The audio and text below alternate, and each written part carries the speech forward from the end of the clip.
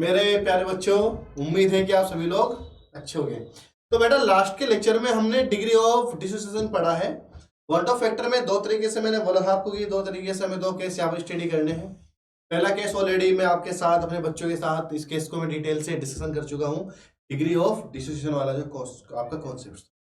बेटा आज के इस लेक्चर में हम आपको एसोसिएशन और डिग्री ऑफ एसोसिएशन के बारे में बताएंगे। तो वन आपने दो फैक्टर के बारे में बात की थी कि अगर आप स्ट्रॉन्ग इलेक्ट्रोलाइट को मतलब सॉल्वेंट के अंदर डिसोल्व करते हो तो वहाँ पर कोलिगेटिव प्रॉपर्टी दो तरीके से अफेक्टेड हो सकती है। एक में डिसोसिएशन हो सकता था और एक दूसरा केस आपका एसोसिएशन केस वहाँ पर आया था। तो बेटा आज हम एसोसिएशन का केस देखने जा रहे हैं। सबसे पहले बहुत सारे बच्चे होते हैं वो जानने की कोशिश करते हैं हमसे कि सर ये एसोसिएशन होता क्या है ना। बेटा देखो, अगर एसोसिएशन बोले तो यहाँ पर एक तरीके से ये कंबाइन हो जाते हैं। क्या हो जाते हैं? कंबाइन बोल सकते हैं, ठीक है ना, या एग्रीगेट हो जाते हैं, इकट्ठे हो जाते हैं। मतलब वो दो या तीन मिलकर क्या बन जाते हैं? सिंगल मॉलिक्यूल बन जाते हैं, ठीक है ना। बोलो किस में कन्वर्ट हो जाते हैं? कंबाइन होकर एक सिंगल बना लेते हैं, ठीक है ना। दो मॉलिक्यूल बनकर एक हो गए, या फिर तीन मिलकर एक हो गए, चार मिलकर एक हो गए। तो ऐसे जो आपके मतलब ऐसी जो रिएक्शंस होती है तो उसमें हम एसोसिएशन वर्ड यूज करते हैं। क्या करते हैं? एसोसिएशन वर्ड यहाँ पर क्या करते हैं बेटा? यूज करते हैं, ठीक है ना। तो देख लेते हैं और समझने की कोशिश करते हैं इस कॉन्सेप्ट को अच्छे से, ठीक है ना। तो बेटा मैंने यहाँ पर एक एग्जांपल लिया और एग्जांपल में मेरे पास बेटा एसिटिक एसिड है। क्या है? Acetic acid. कौन सा एसिड है बच्चे? Acetic acid. तो यहाँ पर मैंने एसिटिक एसिड जो लिया बच्चे CH3COOH, ठीक है ना। और इस एसिटिक एसिड को मेरे बेटा मैंने बेंजीन क्या किया? डिसॉल्व किया, बेंजीन में मिला दिया। अब ये बेंजीन में मिल गया। मिलने के बाद हुआ ये कि जब आपने यहाँ पर देखा यहाँ पर, तो यहाँ पर ये बेटा कितने मोल है?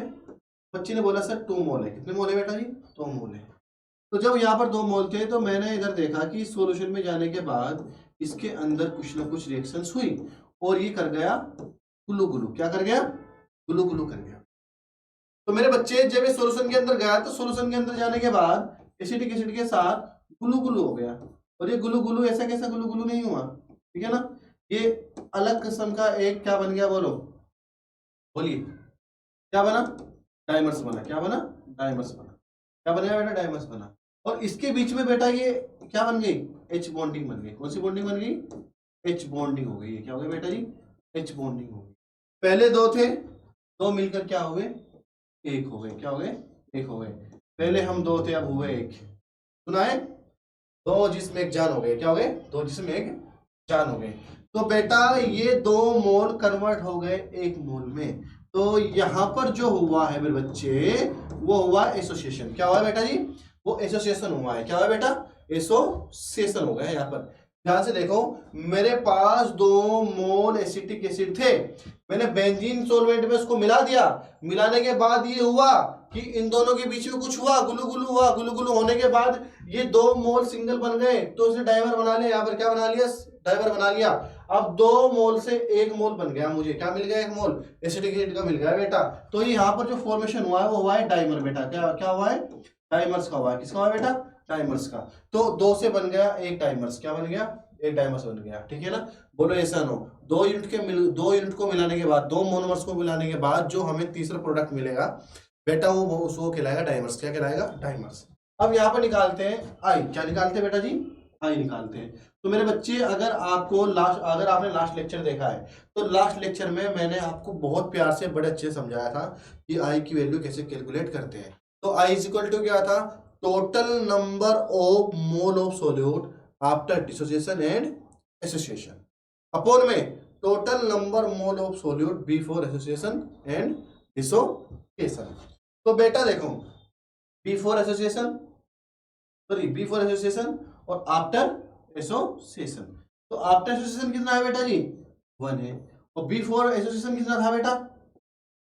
एक बार फिर से देखो, अभी ये एसोसिएट नहीं हुआ है, ये एसोसिएट हो चुका है। तो बच्चे बिफोर एसोसिएशन कितना था? 2 था। आफ्टर एसोसिएशन कितना हो गया बच्चे? 1 हो गया। तो आफ्टर एसोसिएशन कितना? 1। बिफोर एसोसिएशन कितना बेटा? 2। तो 1/2। यानी कि बेटा यहाँ पर जो आई की वैल्यू आ गई ना मेरे बच्चे, वो आ गई 0.5 आ गई। कितने आ गई बच्चे? 0.5 आपका यहाँ पर क्या आ गया, वन ऑफ फैक्टर की वैल्यू आ गई। क्या आ गई, वन ऑफ फैक्टर की वैल्यू आ गई बेटा। इसी को बोलते हैं एसोसिएशन। क्या बोलते हैं, एसोसिएशन बोलते हैं। और हमने यहाँ से आई की वैल्यू भी कैलकुलेट कर ली है। बोलो समझ में आ गया सभी को, आ गया। तो बेटा अगर समझ में आ गया तो इसको छाप लो। क्या कर लो, छाप लो इसको बेटा, छाप लो। तो ठीक है, हो गया बेटा, चलो बड़ी अच्छी बात है, आगे बढ़े बढ़ते हैं। तो बेटा आपने एसोसिएशन देख लिया मुझसे। अब हम देखते हैं कि डिग्री ऑफ एसोसिएशन क्या है। बेटा अब क्या देखना है, डिग्री ऑफ एसोसिएशन क्या है, ठीक है ना। तो बेटा डिग्री ऑफ एसोसिएशन को कैसे डिफाइन करेंगे, number of mole of associate with one mole of reactant. क्या बेटा, number of moles is associate with one mole of reactant, one mole of reactant बच्चे। क्या बेटा मेरे, वन मोल ऑफ रिएक्टेंट। बड़ा सिंपल है, इसको भी हम डिनोट कर लेंगे बेटा किससे, अल्फा से कर लेंगे, ठीक है ना। तो कितने नंबर ऑफ मोल एसोसिएट हुए हैं एक मोल ऑफ रिएक्टेंट के साथ, तो बेटा वो कहलाएगा डिग्री ऑफ एसोसिएशन। क्या कहलाएगी, डिग्री ऑफ एसोसिएशन कहलाएगी बेटा। क्या कहलाएगी, डिग्री ऑफ एसोसिएशन कहलाएगी। तो मेरे बच्चे इसको हम समझ लेते हैं एक छोटे से एग्जांपल के साथ। देखिएगा बेटा, मैंने यहाँ पर लिया Na, क्या लिया, Na लिया, ठीक है ना। जब ये मैंने यहाँ पर Na लिया तो ये मेरा Na इधर जाए क्या हो जाएगा, AN बन गया। क्या बन गया, AN बन गया। एक बार देखो बेटा, मैंने क्या लिया, यहाँ पर Na लिया और मेरा क्या एसोसिएट और क्या बन गया, Na बन गया। क्या बन गया, AN बन गया। क्या बन गया, AN। तो बेटा मैंने यहाँ पर लिखा बिफोर एसोसिएशन। ये कितना था बेटा, 1 मोल था। ये कितना था, 0 मोल था बेटा। आफ्टर एसोसिएशन, आफ्टर एसोसिएशन ए का मतलब यहाँ पर क्या बेटा, आफ्टर एसोसिएशन। ये कितना हो गया मेरा बेटा, N से बना कितना, Na, ठीक है ना। बोलो 1 से बना 0, ठीक है ना। तो N से कितना बन जाएगा, बोलो बोलो मेरे साथ, बोलो ना बच्चे, बोलो एक बार। मैंने बोला कि अल्फा ब्रेक हो गया। क्या हो गया, अल्फा हो गया। तो यहाँ से अल्फा बन गया, तो N से बना N, तो बेटा यहाँ से बन जाएगा अल्फा N। कितना बन जाएगा, अल्फा N। तो यहाँ से माइनस कर दो आप अल्फा, कितना कर दो बेटा, माइनस अल्फा कर दो। तो ये हो गया आपको। अब आप यहाँ पर यूज करिएगा अपना फॉर्मूला यूज करिए कि आई हम कैसे कैलकुलेट कर देते हैं। Van't Hoff factor is equal to number of mole of solute after association. तो आफ्टर एसोसिएशन होने के बाद कितना है बेटा, बोलो 1 माइनस में अल्फा प्लस में अल्फा अपोन में N अपोन में बेटा कितना है, बिफोर एसोसिएशन 1 है, हो गया। तो इसमें क्रॉस मल्टीपल आएगी तो आई इज इक्वल टू क्या आ गया बच्चे मेरे, 1 माइनस में अल्फा और प्लस में अल्फा अपोन में N आ गया बेटा। क्या आ गया, N आ गया। अब इसको 1 को लेकर आइए तो आई माइनस में 1 इज इक्वल टू में इसको कैसे लिख सकते हैं, इसको लिख सकते हैं अल्फा अपोन में N और जी माइनस का 1। क्या लिख सकते हैं, माइनस का 1 लिख सकते हैं। तो बेटा दोनों में क्या कॉमन है, कुछ भी कॉमन, हाँ यहाँ पर क्या कॉमन है दोनों में, देखो ठीक है ना। तो इसमें अल्फा अल्फा अल्फा, यहाँ देखो ये 1 हटा दो यहाँ से, इसको फिर से लिखते हैं, मिस्टेक हो गई, सॉरी शक्तिमान, ठीक है। देखिए बेटा यहाँ पर आपके पास क्या आ गया, अल्फा, क्या बच्चे यहाँ पर आ गया अल्फा अपोन में N माइनस में अल्फा। क्या आ गया, अल्फा। तो I minus 1 is equal to में बेटा यहाँ से कॉमन क्या आ गया आपका, अल्फा कॉमन आ गया। यहाँ क्या बच गया आपके पास, 1 अपोन में N माइनस का 1 बच गया, ठीक है ना। तो बेटा अल्फा बराबर क्या हो जाएगा, I नीचे आएगा इसके, तो I माइनस 1 अपोन में 1 अपोन में N माइनस का 1। तो बेटा ये आ गया आपका डिग्री ऑफ एसोसिएशन। आ गया डिग्री ऑफ एसोसिएशन, आ गया बोलो अल्फा। देयरफॉर अल्फा ए बराबर क्या हो गया आपका, डिग्री हो गया बच्चे। क्या हो गया, डिग्री ऑफ एसोसिएशन आ गया बेटा। क्या आ गया, डिग्री ऑफ एसोसिएशन आ गया मेरे बच्चे। क्या आ गया, डिग्री ऑफ एसोसिएशन। तो बेटा ये होता है आपका डिग्री ऑफ एसोसिएशन। एक बार सभी बच्चे इसको देख लेंगे अच्छे से। बेटा डिग्री ऑफ एसोसिएशन क्या है आपका, मैंने बोला कि मैंने कोई मोल लिया आपका, Na मोल लिया, उसको मैंने क्या किया, इधर एसोसिएट किया तो वो n बन गया। मैंने बोला बिफोर एसोसिएशन 1 था, इधर क्या था 0 था। आफ्टर एसोसिएशन क्या हो गया 1 अपॉन में अल्फा क्या हो गया एसोसिएट होगा, कितना हो गया 1 अपॉन में अल्फा क्या होगा बेटा एसोसिएट हो गया। तो यहाँ से अल्फा माइनस करोगे तो आफ्टर एसोसिएशन क्या हो गया आपका 1 माइनस अल्फा प्लस में अल्फा अपॉन में n, बिफोर एसोसिएशन क्या हो गया 1 हो गया। तो मैंने आई का फॉर्मूला यूज किया। आई क्या है वांट ऑफ फैक्टर है, तो वांट ऑफ फैक्टर का मैंने फॉर्मूला अपने बच्चों को बताया हुआ है बेटा, बहुत सिंपल फॉर्मूला है। मैंने बोला था कि total number mole of solute after association upon में total number mole of solute before association. मैं फॉर्मूला लगाया, यहाँ से मैंने इसको सोल्व किया तो बेटा 1 इधर जाके माइनस का हो गया, इधर बचा माइनस अल्फा प्लस में अल्फा अपॉन में n, तो बेटा अल्फा अपॉन में माइनस माइनस अल्फा, तो बेटा क्या हुआ अल्फा आ गया आपका क्या बोलो, अल्फा मैंने कॉमन ले लिया तो 1 अपॉन में n माइनस में 1, तो बेटा अल्फा इक्वल टू क्या आ गया माइनस आई माइनस 1 अपॉन में 1 अपॉन में n माइनस 1। तो बेटा ये आपका फॉर्मूला बन गया और डायरेक्ट इस फॉर्मूले का यूज आप कर सकते हो किसी भी क्वेश्चन को न्यूमेरिकल प्रॉब्लम सोल्व करने के लिए। इसका स्क्रीनशॉट ले लो बच्चा जल्दी ले लीजिए।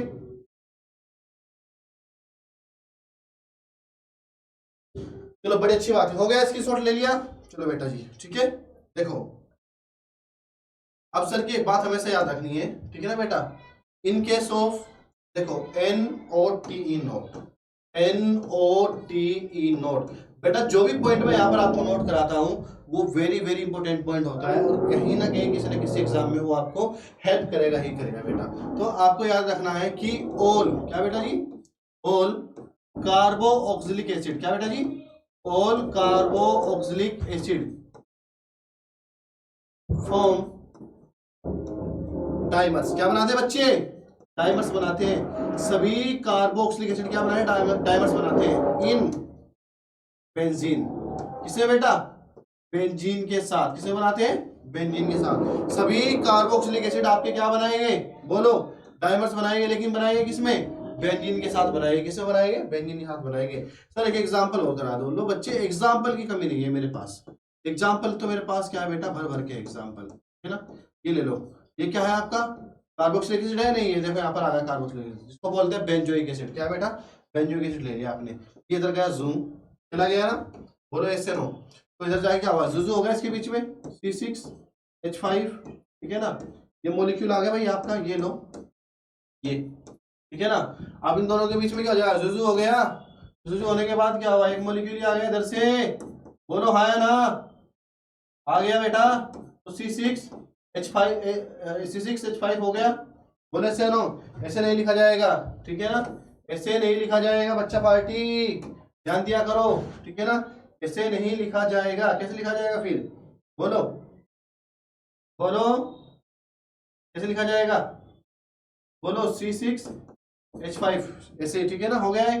तो बेटा यहाँ से देखो ये बन गया बॉन्ड, ये हो गया जुजू हो गया बीच में, ठीक है ना, तो बन गया H बॉन्डिंग, क्या बन गई आपकी H बॉन्डिंग आ गई, यहाँ से क्या आ गई बच्चे, ये आ गई आपकी H बॉन्डिंग आ गई, क्या हुआ मोहित, ओके ओके H बॉन्डिंग है बेटा, क्या आ गई H बॉन्डिंग बन गई।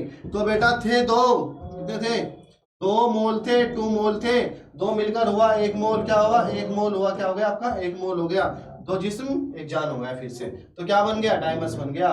तो मैंने आपको बोला है कि जितने भी दुनिया में आपके कार्बोक्सिलिक एसिड है अगर वो बेंजीन के साथ जाएंगे तो वो बनाएंगे ऑलवेज डाइमर्स, क्या बनाएंगे बेटा ऑलवेज डाइमर्स बनाएंगे, क्या बनाएंगे ऑलवेज डाइमर्स बनाएंगे। नोट कर लीजिए इसको, एग्जाम्पल को नोट कर लीजिए, इसकी शॉट ले लो जल्दी, चलिए आगे बढ़ते रहिए सर, ओके बेटा चलो बढ़ते आगे, चलो देख लेते हैं बेटा। एक क्वेश्चन आ गया, बहुत सिंपल सा क्वेश्चन है, इस क्वेश्चन को देख लेते हैं, ठीक है ना, क्या है क्वेश्चन के अंदर, ठीक है ना। क्वेश्चन में बोला है कि at a given temperature which of the following will have maximum osmotic pressures, ठीक है ना, इसमें से सबसे ज्यादा ऑस्मोटिक प्रेशर क्या होगा।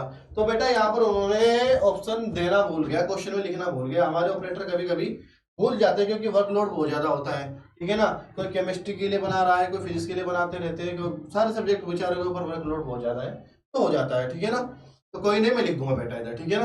तो बेटा मेरे 1 मोल आपका NaCl होगा, ठीक है ना, इसमें बेटा बी में क्या था 1 ही मोल था लेकिन H2SO4 था, बेटा BC में क्या था C में भी 1 मोल था लेकिन क्या था वो था आपका Al2, ठीक है ना Al2 और बच्चे मेरे SO4 का होल ट्राइस, ठीक है ना, और D और ले लो बेटा, क्या ले लो डी का ऑप्शन होल्ड लो। डी में क्या था, डी में आपका रहा होगा 1 मोल ही रहा होगा बेटा जी, क्या रहा होगा 1 मोल, हाँ 1 मोलर ही रहा होगा आपका बेटा, वो रहा होगा आपका Mg का Cl2, क्या रहा होगा Mg का Cl2, ठीक है ना, क्या रहा होगा बेटा जी Mg का Cl2 रहा होगा।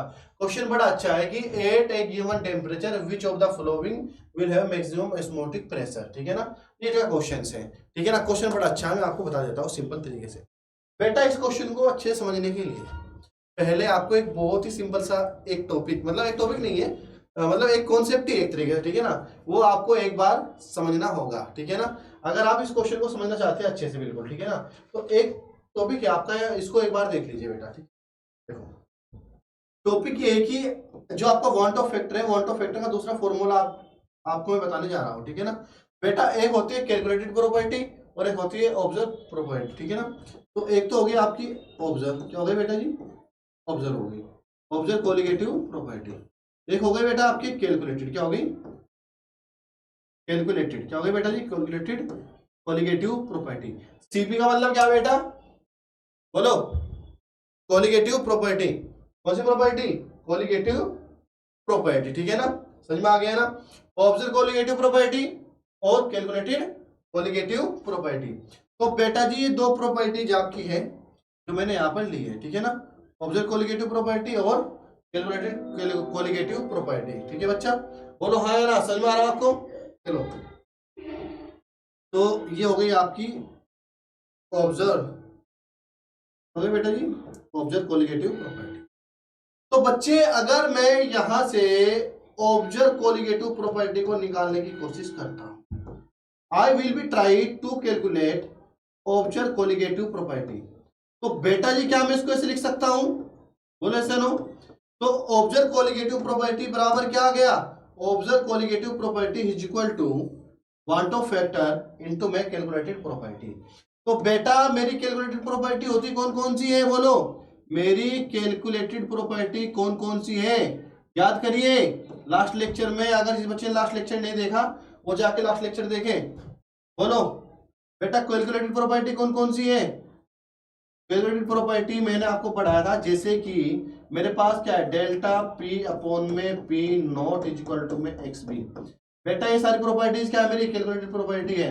Elevation in boiling, elevation in vapour pressure.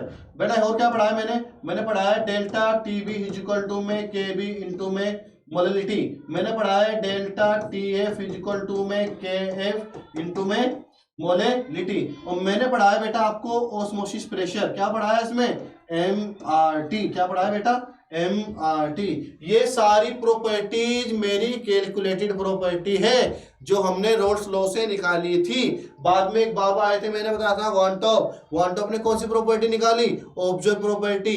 Observe property यानी कि एक्सपेरिमेंटल प्रॉपर्टीज किसने निकाली, वांटॉप ने निकाली बच्चे। तो यहाँ पर अगर मैं कैलकुलेटेड प्रॉपर्टी लिख दूंगा, क्या लिख देता हूँ कैलकुलेटेड प्रॉपर्टी लिख दूंगा बच्चे मेरे, तो मेरे फॉर्मूले क्या बन जाएंगे बेटा, ध्यान दो क्या बन जाएंगे, बोलो चलो क्या बन जाएगा मेरे पास, बोलो हाँ या ना। बेटा जी मेरे पास आ जाएगा ऑब्जर्व कोलिगेटिव प्रॉपर्टी, अगर मैं निकालूंगा तो ऑब्जर्व कोलिगेटिव प्रॉपर्टी क्या हो जाएगी, आई मल्टीप्लाई क्या हो जाएगा, बोलो बोलो क्या हो जाएगा, आई मल्टीप्लाई, बोलिए क्या हो जाएगा, बोलो यहाँ पर MRT, क्या हो गया MRT। तो बेटा ये हो गई मेरी, बोलो ऑब्जर्व कोलिगेटिव प्रॉपर्टी, ठीक है, हो गई क्या हो गई ऑब्जर्व कोलिगेटिव प्रॉपर्टी। तो बच्चे सिंपल सा हम ये बोल सकते हैं कि जो आपकी कैलकुलेटेड प्रॉपर्टी है बेटा, क्या है कैलकुलेटेड प्रॉपर्टी है, उन सभी कैलकुलेटेड प्रॉपर्टी में आप किसकी मल्टीप्लाई कर दीजिए, बोलो उन सभी कैलकुलेटेड प्रॉपर्टी के अंदर बेटा मेरे आप मल्टीप्लाई कर दीजिए किसकी, आप मल्टीप्लाई कर दीजिए वांट ऑफ फैक्टरी, किसकी करनी है बेटा, आप मल्टीप्लाई कर दीजिए सभी में वांट ऑफ फैक्टरी, किसकी करनी है बच्चे, वांट ऑफ फैक्टर की आप मल्टीप्लाई कर दीजिए, ठीक है। तो सभी में अगर आप आई की मल्टीप्लाई कर देते हो तो बेटा वो हो जाएगी आपकी, बोलो क्या हो जाएगी, observe colligative property, observe colligative property. तो ये हो गई आपकी ऑब्जर्व कोलिगेटिव प्रॉपर्टी। क्लियर हुआ, बोलो ऐसा आ गया। अगर हम कैलकुलेटेड प्रॉपर्टी में वांट ऑफ फैक्टर की मल्टीप्लाई कर देते हैं, आई की मल्टीप्लाई कर देते हैं, तो हो जाती है आपकी ऑब्जर्व कोलिगेटिव प्रॉपर्टी, क्या हो जाती है ऑब्जर्व कोलिगेटिव प्रॉपर्टी हो जाती है। सिंपल समझ में आ गया ना। अब ये क्वेश्चन बेटा इसी से सोल्व होना है, ठीक है ना, उसी से क्वेश्चन क्या होना है बेटा, सोल्व होना है। समझ में आ गया है ना? अब देख लेते हैं, चलो सोल्व कर लेते हैं इसको एक बार, ठीक है। चलिए, तो बेटा हमारे पास ऑप्शन में क्या था, ऑप्शन एक बार फिर से लिखने पड़ेंगे। ऑप्शन में था हमारे पास 1 मोलर NaCl था बेटा, क्या था, NaCl। बेटा ऑप्शन बी में हमारे पास क्या था, 1 ही मोलर था, क्या था बेटा, 1 ही मोलर था, क्या था बेटा, बोलो। हमारे पास 1 मोलर क्या था, H2SO4 था बेटा, क्या था, H2SO4 था। और बेटा ऑप्शन सी में क्या था, बोला, ऑप्शन सी में हमारे पास था 1 मोलर का क्या था, बोलो, Al2, ठीक है ना, SO4 का होल ट्राइस। और ऑप्शन डी में बच्चे हमारे पास क्या था, वो था आपके पास 1 मोलर MgCl2, क्या था बेटा जी, MgCl2। तो बेटा यहाँ ध्यान से देखो, यहाँ पर मेरे पास आई की वैल्यू कितनी है, पीछे निकाल चुके हैं 1 और 1 2, तो बेटा यहाँ पर आई की वैल्यू 2 है। बेटा यहाँ पर आई की वन टू फैक्टर कितना है, बोलो, सबका मोल तो सेम ही है ना, वहाँ यहाँ पर वन टू फैक्टर मेरा कितना है बेटा, आई की वैल्यू यहाँ पर कितनी है बेटा, 3 है। और बेटा यहाँ पर देखो 3 और 2 5 है, आई की वैल्यू यहाँ पर कितनी है, 5 है बेटा, कितनी है, 5 है। और यहाँ पर आई की वैल्यू निकालो कितनी है, यहाँ पर आई की वैल्यू बेटा कितनी है, 3 है, कितनी है, 3 है। अब आपके पास फॉर्मूला है, पूछा क्या इसने, ओस्मोटिक प्रेशर पूछा है बेटा, क्या पूछा है, ओस्मोटिक प्रेशर।